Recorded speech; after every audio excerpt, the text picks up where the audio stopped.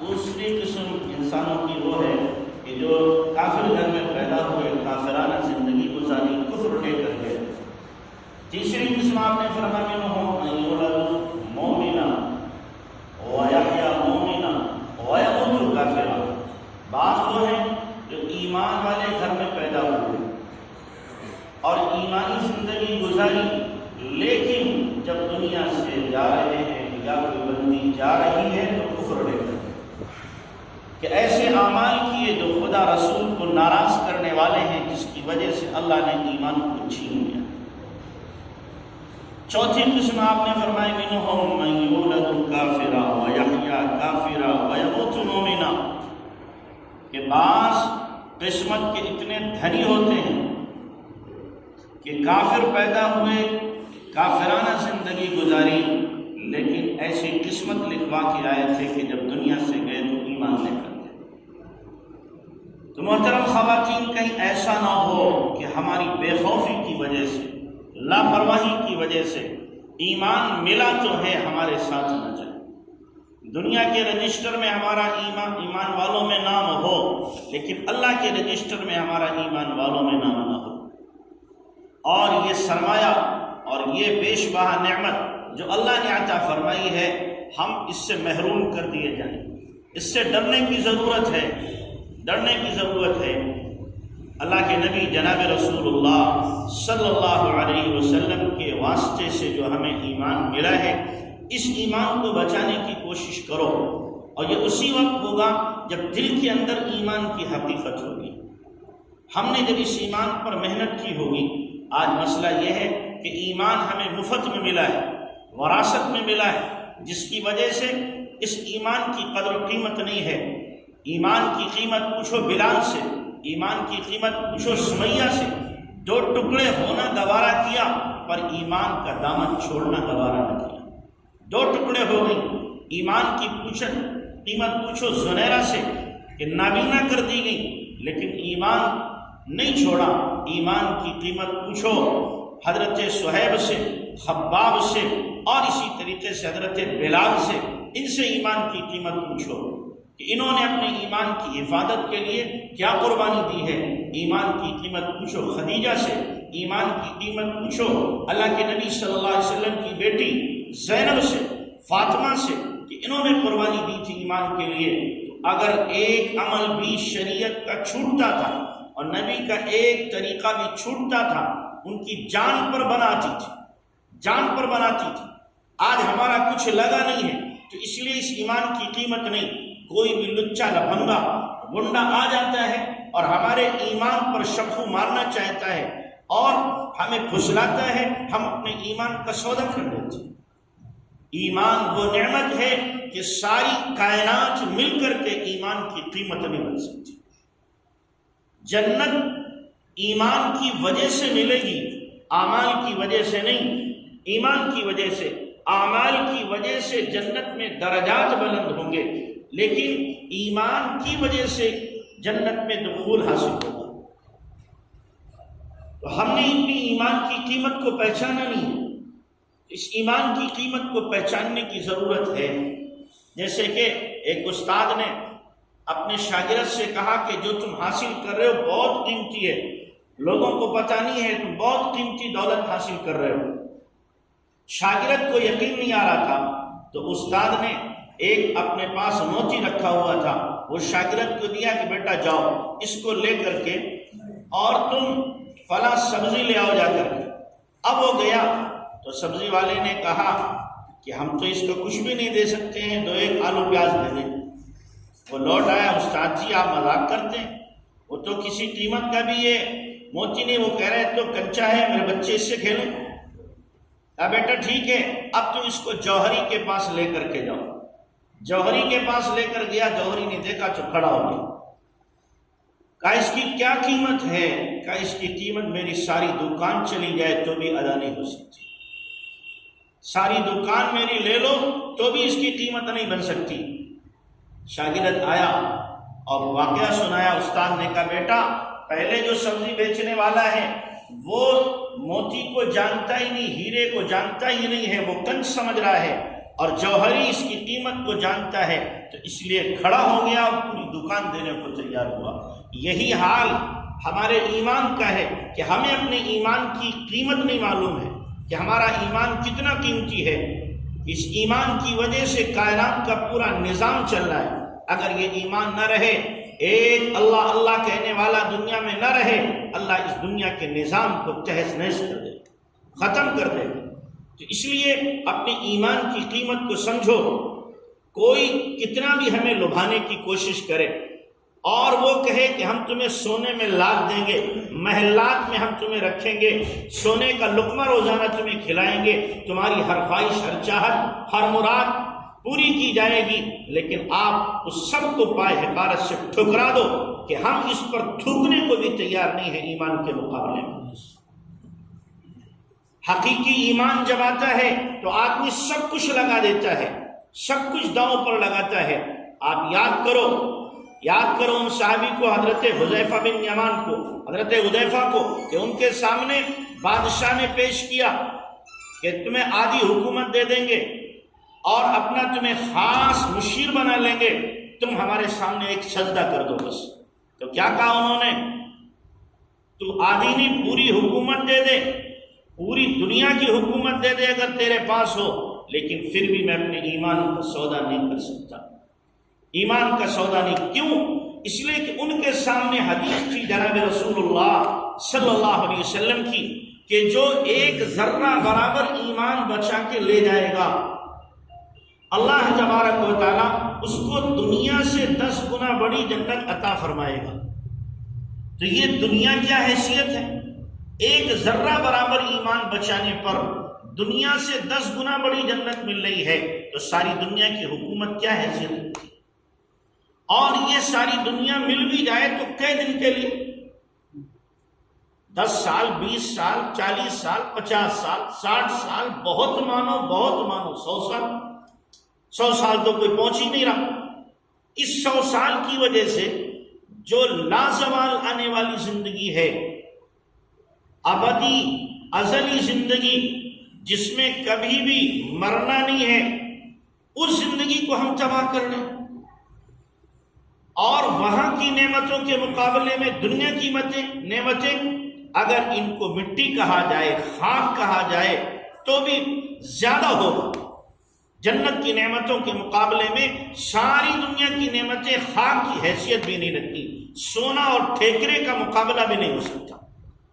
یہ جنت کی نعمتیں سونا اور دنیا کی جو نعمتیں اس کے مقابلے میں ٹھیکرے کی حیثیت نہیں رکھتی۔ ہم ان ٹھیکروں پر مریں، یہ چند دن کی رونق کی خاطر، مزے کی خاطر، اور چند بہاروں کی خاطر اور چند ٹکوں کی خاطر اپنے ایمان کا سودا کر لیں، اس سے زیادہ گھٹیا سودا کرنے والا کوئی نہیں، سب سے گھٹیا سودا ہوگا۔ یہ وہ دور ہے محترم خواتین جس کی نشاندہی جناب رسول اللہ صلی اللہ علیہ وسلم نے فرمائی تھی۔ آپ نے فرمایا تھا لوگوں پر ایک زمانہ آئے گا، یاتی علی الناس زمان یصبح الرجل مؤمنا ویمسی کافرا ویمسی مؤمنا یصبح کافرا یبیع دینہ بعرض من الدنیا۔ ایک زمانہ لوگوں پر آئے گا کہ صبح کو ایمان والے، شام کو کافر، شام کو ایمان والے، صبح کو کافر اپنے ایمان کو چند ٹکوں کے خاطر فروخت کرتے ہیں۔ یہ وہ دور ہے کہ دنیا کی چمک دمک دیکھ کر کے ایمان کا سودا کیا جا رہا ہے۔ یہاں ہونا تو یہ چاہیے تھا کہ ہم جان گنوا سکتے ہیں، سب کچھ لٹا سکتے ہیں، سب کچھ قربان کر سکتے ہیں، ماں باپ بھائی بہن سب کو قربان کر دیں گے، لیکن ایمان کا سودا ہو یہ ممکن نہیں ہے، یہ ممکن نہیں ہے۔ اور کرنے والوں نے کر کے دکھایا، کرنے والوں نے کر کے دکھایا۔ صحابیات نے سب کو چھوڑ کے دکھا دیا۔ ایمان لانے کے بعد ستایا گیا، گوارا ہے، لیکن ایمان پر آنچ آ جائے یہ گوارا نہیں ہے۔ ایک صحابیہ کو جب ایمان لائی تو پکڑا گیا اور پکڑ کے تکلیف دی جا رہی ہے، اور یہ کافر جا رہے ان کو لے کر کے ایک مقام پہ پہنچے جو بالکل بیابان جنگل ہے۔ تو انہوں نے تو خیمے لگائے، ان صحابیہ کو دھوم میں بٹھا دیا، چلچلاتی دھوم میں بیٹھی ہوئی ہیں، عرب کی دھوپ یہاں کی نہیں، جہاں اگر چربی ڈالی جائے زمین پر تو پگھل جائے دھوپ میں، ایسی گرمی انہیں دھوپ میں ڈالا گیا، ہاتھ پیر بندھے ہوئے ہیں، کیا کریں؟ آسمان کی طرف نظر اٹھائی اور اللہ سے کہا اے اللہ تو میرے حال کو دیکھ رہا ہے، تیری محبت کی وجہ سے، تیرے تعلق کی وجہ سے، تجھ پر ایمان لانے کی وجہ سے ان ظالموں نے میرا یہ حال کیا ہے، مولا پیاس لگ رہی ہے، پیاس لگ رہی ہے۔ حیات الصحابہ میں ہے آسمان سے ڈول لٹکایا گیا، ڈول لٹکا ان کے پاس پہنچا اور انہوں نے اس ڈول میں سے بھر کے پانی پیا منہ لگا کے، اور پھر کسی طریقے سے وہ پانی اپنے اوپر بھی ڈال دیا تاکہ گرمی کی شدت ختم ہو جائے، پانی پی لیا۔ اور کافروں نے دیکھ لیا کہ یہ پانی پیا ہے تو کہنے لگے یہ عجیب عورت ہے، آسمان سے اس کے لیے پانی پیا۔ وہ کہتی اس پانی کے پینے کے بعد پھر زندگی بھر مجھے پیاس نہ لگی، زندگی بھر پیاس نہ لگی۔ تو میری ماں اور بہنوں، جب ایمان اپنی حقیقت کے ساتھ دل میں ہوگا تو اللہ تبارک و تعالیٰ کی مدد و نصرت اپنی کھلی آنکھوں سے آپ دیکھو گے، کھلی آنکھوں سے۔ صحابیات کے ساتھ یہ سب کچھ ہوا ہے، آپ نے سنا نہیں کہ حضرت خولہ بنت ثعلبہ رضی اللہ تعالی عنہ اللہ کے نبی صلی اللہ علیہ وسلم کی خدمت میں آ کے عرض کر رہی ہیں اللہ کے نبی میرے شوہر نے مجھ سے زہار کر لیا ہے۔ زہار کا مطلب ہوتا ہے شوہر بیوی سے کہہ دے تو میرے اوپر میری ماں کی طرح حرام ہے، بہن کی طرح حرام ہے، یا خالہ پھوپھی کی طرح حرام ہے، محرمات ابدیہ میں سے کسی ایک کے ساتھ تشبیہ دے دے تو یہ حرام ہو جاتی ہے۔ اس وقت حکم یہ تھا کہ 3 طلاقیں اس سے پڑ جائیں گی۔ یہ آئیں خولہ اللہ کے نبی کے پاس، کہنے لگے اللہ کے نبی میرے شوہر نے زہار کیا، میرے لیے کیا حکم ہے؟ آپ نے فرمایا تیرے لیے حکم یہ ہے کہ 3 طلاق ہو گئے۔ خولہ کہنے لگے اللہ کے نبی نہیں، میرے بارے میں سوچئے، میرے بارے میں سوچئے۔ آپ نے فرمایا خولہ یہی حکم ہے؟ وہ کہنے لگے نہیں، میرے بارے میں سوچئے، قرآن کہہ رہا ہے قد سمع اللہ قول التی تجادلک فی زوجہا، کہ اپنے شوہر سے وہ جھگڑ رہی ہے، اللہ کے نبی سے جھگڑ رہی ہے کہ اللہ کے نبی میرے لیے حکم کوئی اور ہونا چاہیے۔ آپ نے فرمایا خولہ یہی حکم ہے؟ کہنے کہ اللہ کے نبی آپ سوچئے۔ جب آپ نے نہیں سنا انہوں نے اللہ سے درخواست لگائی، آسمان کی طرف دیکھا، فَنَظَرَتْ نَظْرَةً إِلَى السَّمَاءِ، آسمان کو یوں آنکھ اٹھائی اور کہا اللہم ان لی صبیۃ صغار ان ضممتہم الی جاعوا، اے اللہ میرے چھوٹے چھوٹے بچے ہیں، اگر میں ان کو اپنے پاس رکھوں گی تو یہ بھوک سے مریں گے، وَإِن ضَمَمْتُهُمْ إِلَيْهِ ضَاعُوا، اور اللہ اگر اپنے شوہر کے حوالے کر دوں تو تربیت نہ ہونے کی وجہ سے یہ برباد ہو جائیں گے۔ اور آنکھ جو اٹھائی ہے اللہ کی طرف دیکھا ہے، ہلچل مچ گئی۔ ہاں کبھی تعلق تھا اللہ سے، کبھی ہم میں تم میں بھی راہ تھی، کبھی ہم میں تم میں بھی چاہ تھی، کبھی ہم بھی تم بھی تھے آشنا، تمہیں یاد ہو کہ نہ یاد ہو، کبھی تھا اللہ سے تعلق۔ آسمان کو نظر اٹھتی تھی، فیصلے بدل جاتے تھے۔ کہنے لگی انزل فی شانی، اللہ اکبر، کیا جملہ کہا، انزل فی شانی، اللہ میرے حق میں قرآن اتار دے، میرے حق میں قرآن اتار دے۔ کیا مطلب؟ نبی کے خلاف میرے حق میں قرآن اتار۔ چنانچہ رونا انہوں نے شروع کیا، اتنے میں اللہ کے نبی پر وحی کے آثار ظاہر ہونے لگے۔ حضرت عائشہ موجود تھی، کہنے لگی ارے چپ کر خولہ، نبی پر وحی نازل ہو رہی ہے۔ ان کا رونا بڑھ گیا کہ اللہ میرا پابند تو نہیں میرے حق میں قرآن اتارے، اگر نبی کی موافقت میں اتار دیا، نبی کی رائے کے موافق میرا کیا بنے گا؟ رونے لگی۔ حضرت عائشہ کہتی اتنا روئی، اس کے رونے کو دیکھ کر مجھے رونا آ گیا۔ تھوڑی دیر کے بعد آثار وحی ختم ہوئے، اللہ کے نبی صلی اللہ علیہ وسلم نے فرمایا ابشری یا خولہ، ابشری یا خولہ، خولہ بشارت ہو، بشارت ہو، اللہ نے تیرے حق میں قرآن اتار دیا ہے، تیرے حق میں قرآن اتار دیا ہے۔ اب زہار کا مسئلہ 3 طلاق کا نہیں ہے، یا تو 60 روزے رکھے یا پھر 60 مسکینوں کو کھانا کھلائے، یہ حکم آ گیا ہے، یا غلام آزاد کرے۔ تو کبھی اللہ سے جب تعلق تھا کہ میرا اگر کوئی بھی نہیں، شوہر نہیں، باپ نہیں، بھائی نہیں، دوسرے میرے رشتہ دار نہیں، بھائی بند نہیں، پر میرا اللہ تو میرے ساتھ ہے، میرا اللہ تو میرا ساتھ ہے. میں اپنے اللہ سے کہوں گی اللہ نظام کو بدلے گا. میں اپنے اللہ سے کہوں گی اللہ میری سنے گا اور میری مصیبت کو میری مشکل کو دور کرے گا.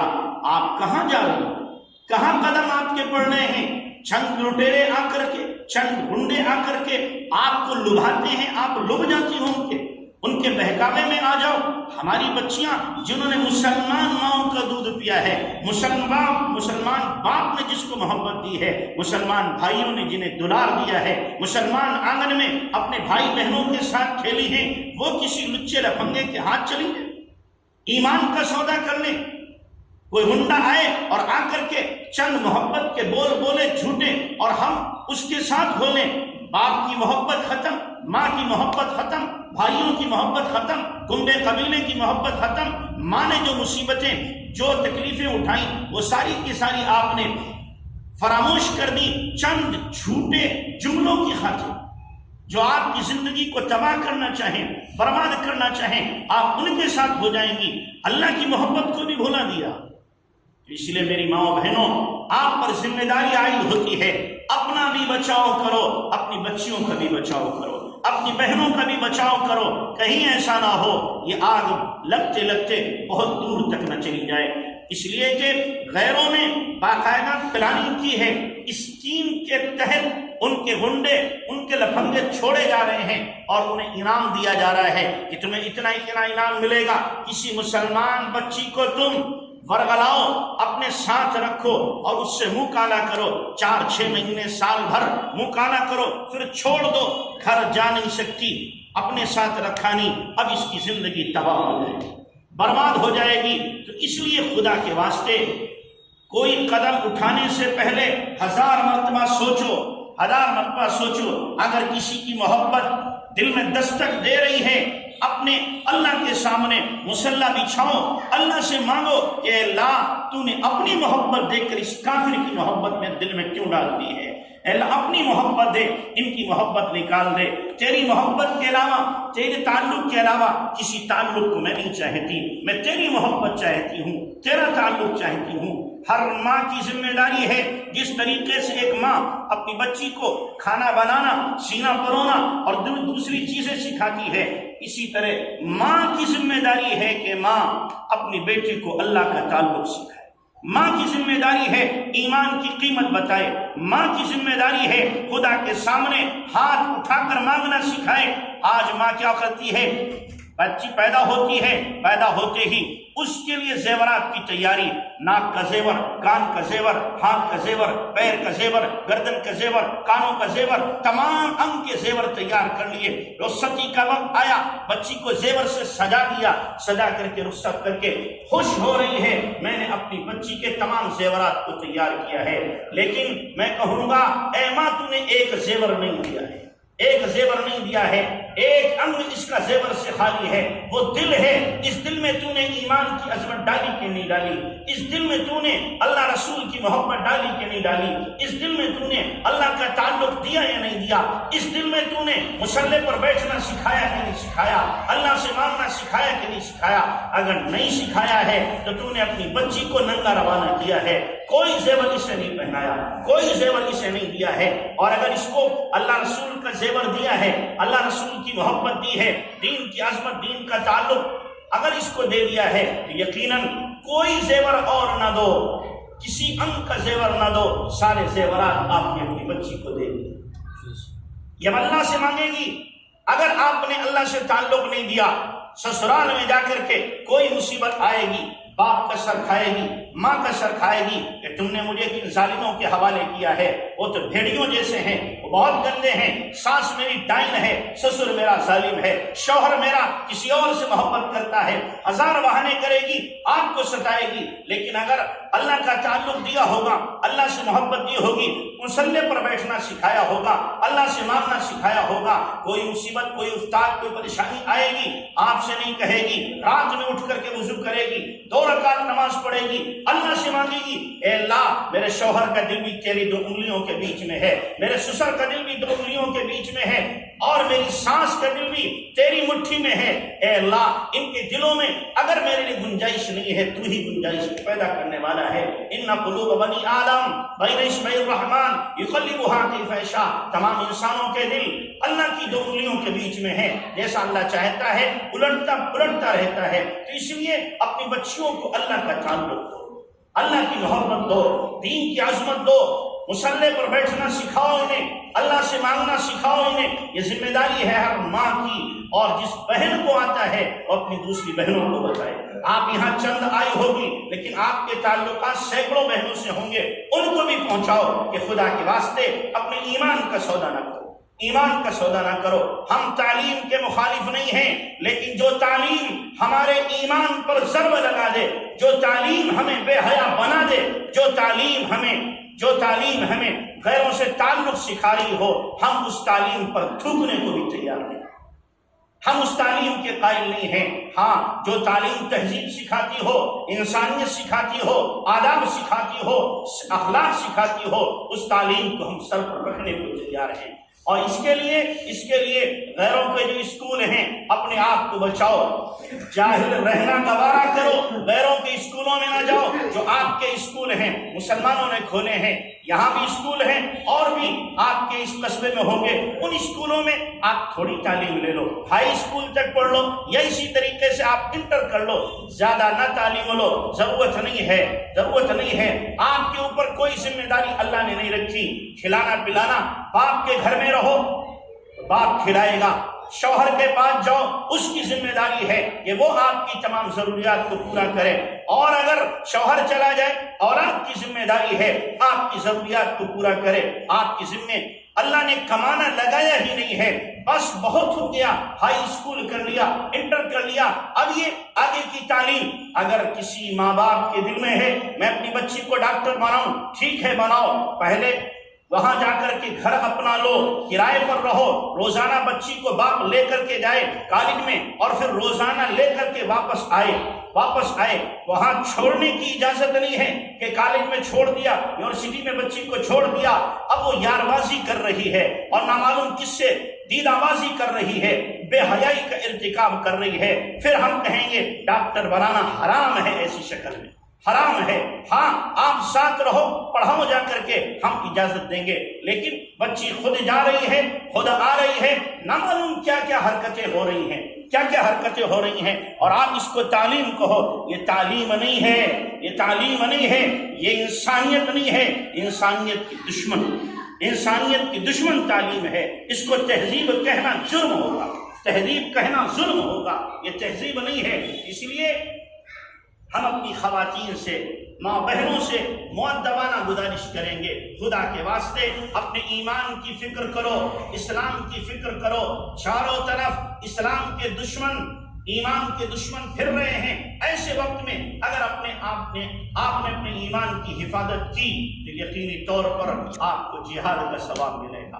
آپ کا جہاد یہ نہیں ہے تلوار اٹھاؤ، آپ کا جہاد یہ نہیں ہے میدان میں نکلو، آپ کا جہاد ہے اپنی عزت کی حفاظت پر، آپ کا جہاد ہے اگر اللہ نے آپ کو اولاد دی ہے، اس اولاد کو دین سکھاؤ، ان کو ایمان سکھاؤ، ان کو تہذیب سکھاؤ، ان کو اسلام سکھاؤ۔ آپ کا جہاد یہ ہے، آپ کا جہاد یہ نہیں ہے باہر نکلو پھرو جا کر کے، یہ نہیں آپ کا کام ہے۔ آپ کا کام گھر کی زینت بننا ہے، گھر کی رانی بننا ہے، گھر کو سلیقے سے رکھنا ہے۔ آپ بچوں کی دینی تربیت کرو، دینی ذہن سازی کرو، ان کو صحابہ کے واقعات سناؤ، انبیاء کے واقعات سناؤ، اولیاء کرام کے واقعات سناؤ، نبی کی سیرت سناؤ، انبیاء کی سیرت سناؤ، اللہ والوں کی سیرت سناؤ، تاکہ ان کے دلوں میں ایمان کی عظمت پیدا ہو، ایمان کی محبت پیدا ہو، اللہ والوں کی محبت پیدا ہو، جناب رسول اللہ صلی اللہ علیہ وسلم کی محبت پیدا ہو۔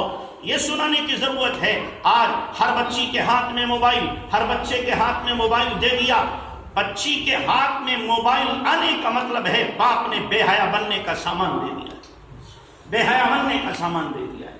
میں آپ جو چھوٹی ہیں ان سے بہن کہہ کے کہوں گا، جو بڑی ہیں انہیں ماں کہہ کے کہوں گا کہ خدا کے واسطے اپنے گھروں میں سختی سے تاکید کر دو، موبائل کسی بچی کو اٹھانا نہیں ہے۔ کتنا ہی فون آئے تمہیں نہیں اٹھانا، کسی کا بھی فون آئے اٹھانا نہیں ہے۔ ہاں، اگر اپنے محرم کا آ رہا ہے، ماموں کا فون آ رہا ہے، اور اسی طریقے سے بھائی کا فون آ رہا ہے، ابا کہہ رہا ٹھیک ہے اٹھا لو، کسی اور کا فون آتا ہے اٹھانے کی ضرورت نہیں ہے، اس لیے کہ بات کرو گی، بات سے بات نکلے گی اور پھر نامعلوم بات کہاں تک چلی جائے گی۔ تو اپنی حفاظت خود کرو، اپنی حفاظت خود کرو، اپنی بچوں کی تربیت کرنا یہ ماں کی ذمہ داری ہے۔ آج بھی ایسی تربیت کرنے والی ہیں کہ سن کر کے حیرت ہوتی ہے۔ ہمارے حضرت نے لکھا کہ حضرت کے پاس میں ایک خاتون آئی اور آ کر کے کہا میرے بچے کا سبق سن لیجیے۔ حضرت نے کہا سناؤ، بچے کو کھڑا کیا، 2 سال کا بچہ تو صحیح سے کھڑا بھی نہیں ہو پاتا، اپنی بات کہہ نہیں پاتا، حضرت سمجھے کلمہ وغیرہ سنائے گا، بچے سے کہا بیٹا سناؤ سبق، اس نے کہا اعوذ باللہ من الشیطان الرجیم بسم اللہ الرحمن الرحیم تبارک الذی بیدہ الملک وہو علی کل شیء قدیر الذی خلق الموت والحیاۃ لیبلوکم ایکم احسن عملا وہو العزیز الغفور۔ پوری سورہ ملک کو سنا دی 2 سال کے معصوم بچے۔ حضرت بھی حیرت میں رہ گئے، یا اللہ اس معصوم کو یاد کیسے ہوئی؟ 2 سال کا بچہ ہے جس کی زبان میں تتلاہٹ ہے، پوری بات کر نہیں سکتا، یہ کیسے یاد کر رہا ہے؟ پوچھا پردے سے کہ بہن اس بچے نے کیسے یاد کی سورہ ملک؟ کہنے لگی جب سے یہ نعمت اللہ نے مجھے دی تھی، پیٹ میں یہ جب سے آیا تھا اس وقت سے لے کر کے روزانہ میں نے اپنے بچے کو سونے سے پہلے اور اپنے لیٹنے سے پہلے سورہ ملک پڑھی ہے۔ آج یہ مبارک دن آیا ہے کہ میرے بچے کو سورہ ملک یاد پڑے۔ یہ بھی ایک ماں ہے، ایسی بھی مائیں ہوتی ہیں، اللہ ایسی مائیں دے دے۔ اب ایسی مائیں پیدا ہونا بند ہو گئی۔ اب تو آپ برا نہ مانے، مائیں ہیں لیکن سانپ جن رہی ہیں جو معاشرے کے اندر گندگی پھیلاتے ہیں، ننگاپن پھیلاتے ہیں، کاتے ہوئے جاتے ہیں۔ ارے اپنی گود کو ولیوں کے لیے رکھو کہ آپ کی گود میں ولی جنم لے، اللہ کے نیک بندے جنم لیں۔ آپ جب گود میں لے کر کے اپنے بچے کو قرآن پڑھو گی، ذکر کرو گی، اللہ کا نام لو گی، تو یہ بڑے ہو کر کے یقیناً ولی بنے گا۔ اور آپ نے بچے کو گود میں لیا، گانا آپ سن رہی ہو، موبائل آپ دیکھ رہی ہو، تو بچے کے اوپر وہی اثرات منفی مرتب ہوں گے۔ میری بہنوں ایسے بھی ابھی حالات ہیں۔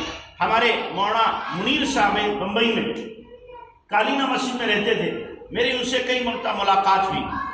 ایک مرتبہ فرمانے لگے ایک بچی کا باپ آیا جو بچی 17-18 سال کی ہے، اور کارگزاری سنانے لگا کہ میری بچی کو اللہ کے نبی کی 50 مرتبہ زیارت ہو چکی ہے۔ 50 مرتبہ 17-18 سال کی بچی کو اللہ کے نبی کی زیارت خواہ میں ہو چکی۔ حضرت نے پوچھا بھائی تمہاری بچی کا عمل کیا ہے؟ کہنے لگے میرے بچی کا 3 عمل ہیں خاص جس کی وجہ سے اللہ نے یہ نعمت دی ہے۔ کہا 3 عمل کون سے؟ کہا پہلا عمل یہ ہے کہ اذان ہوتے ہی میری بچی نماز پڑھتی ہے۔ یہ کون سا خاص عمل ہے؟ کہ خاص عمل یہ ہے اگر روٹی بنا رہی اذان ہو گئی تو روٹی چھوڑ دے گی، پہلے نماز پڑھے گی۔ جھاڑو لگا رہی اذان ہو گئی وہیں پہ جھاڑو چھوڑے گی، پہلے نماز پڑھے گی۔ برتن دھو رہی ہے، اذان ہو گئی، برتن وہیں چھوڑے گی، پہلے نماز پڑھے گی۔ مہمان عورتیں آ گئی، اذان ہو رہی، بٹھائے گی، فوراً نماز پڑھے گی۔ یہ ہے اذان ہوتے ہی نماز پڑھ کا ایک عمل تو یہ ہے۔ ورنہ عام طور سے ہماری مائیں بہنیں جب آخر وقت نماز کا ہوتا ہے اٹھتی ہیں، جلدی خلاف سنت وضو کیا اور ٹھونگے مار لی، چل ہو گئی نماز۔ نہیں، اطمینان سے نماز پڑھی جائے، سنت کے موافق وضو کیا جائے۔